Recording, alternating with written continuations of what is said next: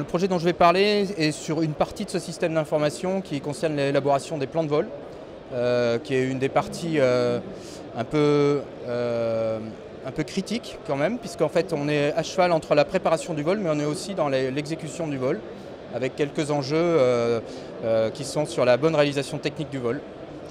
Le projet en lui-même semblait assez anodin au départ, c'est qu'on a un fournisseur, comme beaucoup de compagnies aériennes, qui nous offre ce service de plan de vol, mais il le faisait au travers d'une solution qu'on hébergeait nous-mêmes, on-premise. Et l'évolution des contrats avec ce provider nous pousse à passer en SaaS. Et ce seul geste de passer en SaaS a suscité un mode projet, justement parce que ça modifiait assez profondément notre organisation, mais également probablement la vision qu'aura le business sur le fait de posséder ou pas un outil pour un de ses process opérationnels.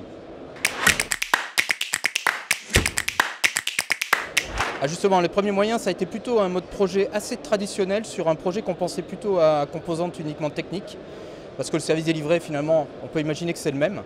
Mais justement, sur ces problématiques de disponibilité des systèmes sur des fonctions opérationnelles, les métiers sont hautement engagés. Et il fallait absolument les convaincre, sinon même les avoir en sponsor de la démarche. Et je pense que la clé des moyens, c'est justement d'inverser complètement le sponsor du projet. Et tant qu'on n'arrive pas à avoir un métier qui est sponsor sur ce type de projet-là, on pensait qu'on était en difficulté. Et en fait, la clé a été justement dans le fait d'avoir un énoncé business du projet, en fait. Alors il y a plein de résultats, en fait. Il y a le volet technique auquel on se préparait, c'était finalement quelles précautions on doit prendre et quelles sont finalement les dispositions techniques pour pallier éventuellement un défaut d'architecture lié au fait que l'application, on n'est plus en possession de l'application. Et ça a été le volet sur quelque chose d'assez traditionnel sur les aspects middleware, couplage plus ou moins fort avec l'extérieur, quelle est notre résilience en cas de perte. Mais là où le bénéfice est apparu plus clairement, c'est le questionnement du métier sur son business continuity plan. Finalement, ce business continuity plan, il existait de toute manière, même on-premise, et on a dû juste le convaincre que ce projet technique n'allait finalement pas engendrer une probabilité d'incident supérieure. Et que finalement, son plan de continuité était exactement le même, ce qui, même pour nous, a été peut-être une surprise en fait. Alors après, je pourrais étayer pourquoi, mais effectivement, c'est vraiment dans l'analyse, c'est ça qui est intéressant, c'est purement une analyse de risque qui conduit à cette conclusion-là, c'est que finalement, que ce soit dehors ou dedans, le risque est le même. C'est pas vrai pour tout, c'est vraiment pas vrai pour toutes les solutions. C'est peut-être très particulier, puisque, pour faire simple, un plan de vol, ça s'élabore avec des données externes. Et donc, ce n'est qu'un optimiseur de choses qui sont dehors. Et finalement, ce geste de sortir l'optimiseur, eh bien, finalement, il est assez neutre, puisque de toute façon, si on n'a pas les données, on n'optimise rien. Et donc, il y avait même un pitch à trouver qui était pour rassurer finalement d'abord les métiers en leur disant mais vous savez, aujourd'hui vous êtes déjà dépendant, puisque de toute manière, si votre provider ne vous donne pas les données, le fait d'être en possession du provider de la solution interne ne change strictement rien à votre dépendance. Et je pense que c'est pas forcément, c'est là que l'analyse technique doit forcément rejoindre quelque chose de compréhensible pour le métier et une traduction métier finalement de l'analyse technique jusqu'à finalement conclure que on a fait une révision évidemment du Business Continuity Plan, c'était un des gestes du projet, mais il n'a pas été profondément revu dans la mesure où l'analyse du risque qu'on a fait conjointement était sur quelque chose d'assez semblable.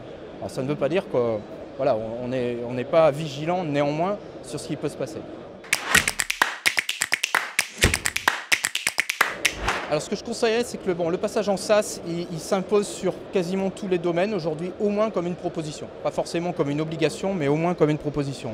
Moi, ce que je pense, c'est que ce geste-là, il doit trouver un ancrage, une justification, qu'elle soit financière, qu'elle soit fonctionnelle, elle peut même être également stratégique. Il ne faut pas faire le geste juste parce que c'est dans l'air du temps.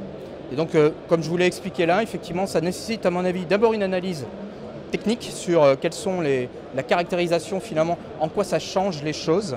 Et sur ce change, en fait, il faut faire une analyse de sécurité et une analyse business parce qu'il y a sûrement des opportunités à prendre. Et moi, je crois beaucoup à des drivers où le geste technique trouve une valeur métier et lorsqu'on arrive à donner un driver business à ce geste-là, c'est tout simplement qu'on a trouvé la raison de le faire.